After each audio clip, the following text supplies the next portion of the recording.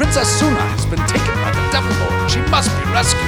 I'll rescue you soon, Princess, and I'll keep you all to myself.